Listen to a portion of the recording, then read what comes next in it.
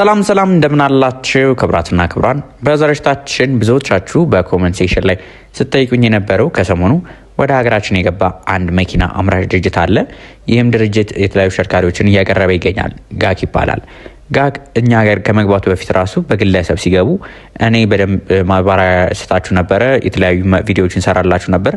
አሁን በእጁ ከሚገኙ የተለያዩ ሞዴሎች መካከል ከቢዋይዲ ተሽከርካሪዎች ጋር እያወዳደርን አንዱ ካንዱ በምን ይሻላል በምን ያንሳል የሚሉትን እና የትኛው መኪና መግዛት አለባችሁ የሚሉትን አንድ ባንድ እንመለከታለን። ከመረጃዎቹ ጋር አዱንያስ ነኝ። መልካም ቆይታ።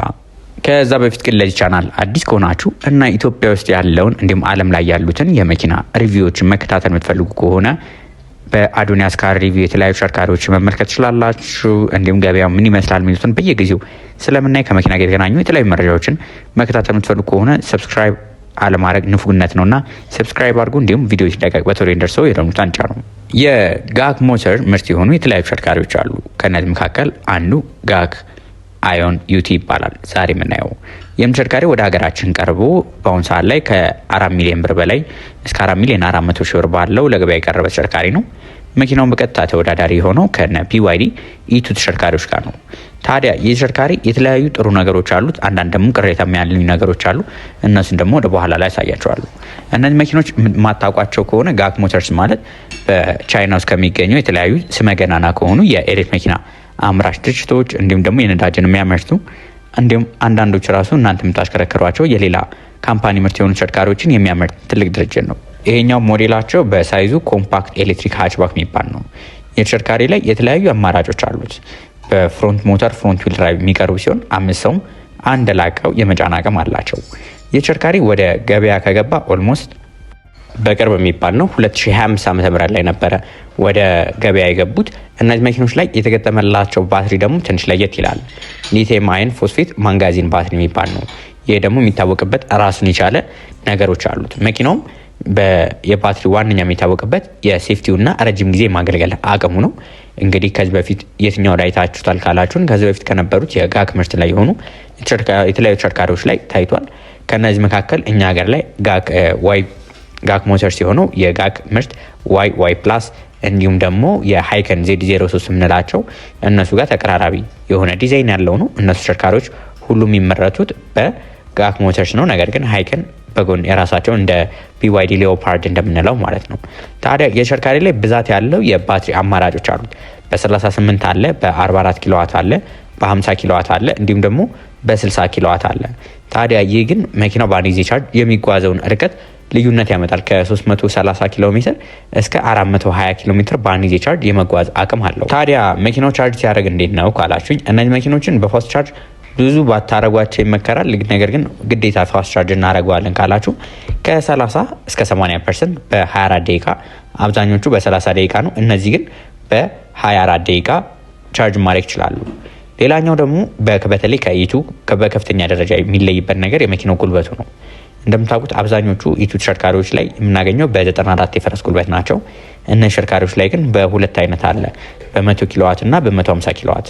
በ100 ኪሎዋት የምንላቸው ኦልሞስት ወደ ፈረስ ጉልበት በምንቀይርበት ጊዜ በ134 የፈረስ ጉልበት ማለት ነው። 150 ኪሎዋት የምንለው ደግሞ ወደ 200 የፈረስ ጉልበት ነው። ይህ እንግዲህ ኦልሞስት ከነ ቮልክስቫገን አይዲ ተሽከርካሪዎች ጋር ተቀራራቢ የሆነ ጉልበት አለው ማለት ነው። በከፍተኛው ትሪም ሌቭል በሚሆንበት ጊዜ ከ0 100 ኪሎ ሜትር በምንሄድበት ጊዜ መኪናው ፍጥነቱ ቀላል የሚባል አይደለም።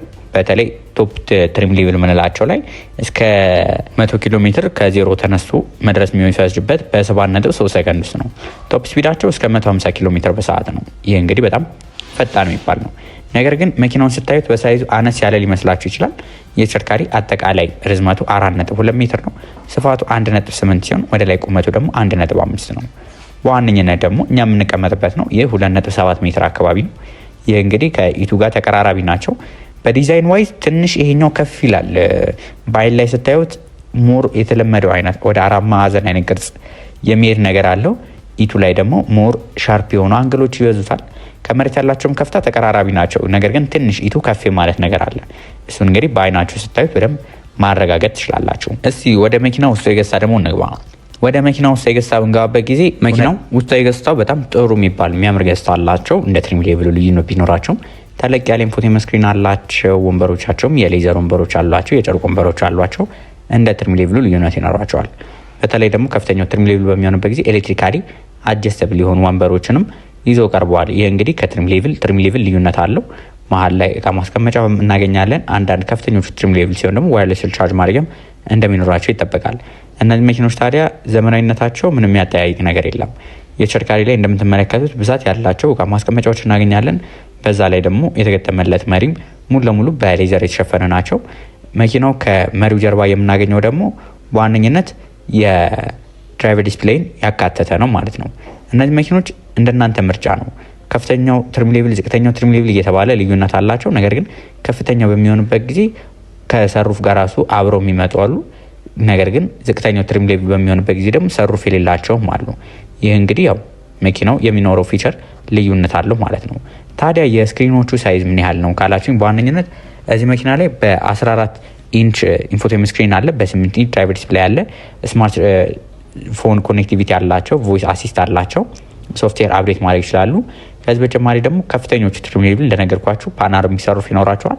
ዋየርለስ ቻርጅ ማድረጊያ እና አድቫንስ የሆኑ ድራይቪንግ አሲስት ፊቸሮችን አንድ ላይ ይዘው የቀረቡ ናቸው። መኪኖቹ እንግዲህ እስከዛሬ ከምናውቃቸው ብዙ የተለየ የሚያደርጋቸው ነገር በዋነኝነት የተገጠመላቸው ባትሪ ነው።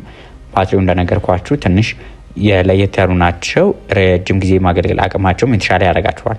ሌላኛው ዲዛይናቸው ነው። ዲዛይናቸው ኢቱ ላይ እንደነገርኳችሁ ሻርፕ አንግል የበዛበት ናቸው። እነዚህ ላይ ደግሞ ወደ ውስጥ ገቡ ሰፋ ያሉ ምቾት ያላቸው ነገሮችን ይዘው ቀርቧል። ይህ እንግዲህ ከትሪም ሌቭል ልዩነት አለው። ዝቅተኛው ከሆነ ከኢቶዎቹ ጋር ብዙ የሚለያይ አይደለም። ከፍተኞቹ በሚሆኑበት ጊዜ ግን ሰሩፍ ተገጥሞላቸው እንዲሁም ደግሞ ስማርት የሆነ ድራይቪንግ አሲስት ፊቸሮችን አካተው ይዘው ከቀረቡ ከሆነ እነዚህ ሙሉ ለሙሉ ያላቸው ፊቸሮች የተሻለ ይሆናል። አደጋ የመከላከል አቅማቸው የተሻለ ይሆናል። ወንበሮቹም ኤሌክትሪካሊ አጀስተብል ወንበሮች ይሆናሉ፣ የሌዘር ወንበሮች ይሆናሉ። ዝቅተኛው በሚሆንበት ጊዜ ግን የጨርቅ ወንበሮች ማለት ነው። እንደ ኢቱ ቤዚክ እና ሌግዠሪ ኦፕሽን ብለን እንደምንለየው ይሄ ተሽከርካሪ ከኢቱ ጋር እያወዳደርኩት ያለው ምክንያቱም በገበያ ውስጥ ያለው ዋጋ ይወጣለት ቀጥታ የሚወዳደረው ከኢቱ ጋር ያው የኢቱን ዋጋ ታውቁታላችሁ። ኦልሞስት ዛሬ ወደ 4 ሚሊዮን 500 ሺህ ብር አካባቢ እየጠሩ ናቸው። እነዚህ 4 ሚሊዮን 400 ሺህ የ100 ሺህ ብር አካባቢ ልዩነት ቢኖራቸው ነው። እነዚህ ተሽከርካሪዎች እንግዲህ በአሁኑ ሰዓት ላይ ገበያ ውስጥ ከምታገኟቸው የተለያዩ ረጅም ጊዜ ያገለግላሉ ተብሎ ከሚጠበቁ እንዲሁም ደግሞ ጥንካሬያቸውን በቻይና ውስጥ ከተመሰከረላቸው የሃችባክ ከሆኑ ተሽከርካሪዎች መካከል አንዱ ናቸው። ነገር ግን ትንሽ ከዛ ካምፓኒ ውጭ ስፔር ፓርት ሌላ የሚያመጣ አለ ወይ ሌላውን ነገር ጥያቄ ይሆናል። ምክንያቱም እኛ ሀገር ላይ ሞይንኮ ድንገት ባያመጣላችሁ በግል የሚያስመጡ የቢዋይዲ ምርቶች የሚያቀርቡ አሉ። እነዚህ ግን ሙሉ ለሙሉ በጋክ ብቻ የሚቀርቡ ናቸው። ስለዚህ እናንተ ሀሳብ አስተያየታችሁን እስቲ ኮሜንት ላይ ጻፉ። ለዛሬ ይዤላችሁ የቀረቡት መረጃ ይህን ይመስል ነበር። ቪዲዮን ከወዳችሁት ላይክ፣ ሌሎች ደግሞ ከመኪና ጋር የተገናኙ የተለያዩ መረጃዎች መከታተል የምትፈልጉ ከሆነ ሰብስክራይብ ያድርጉ። በቀጣይ ሌሎች ከመኪና ጋር በተገናኙ መረጃዎች እስከምንገናኝ ድረስ መልካም ሁሉ ተመኘው።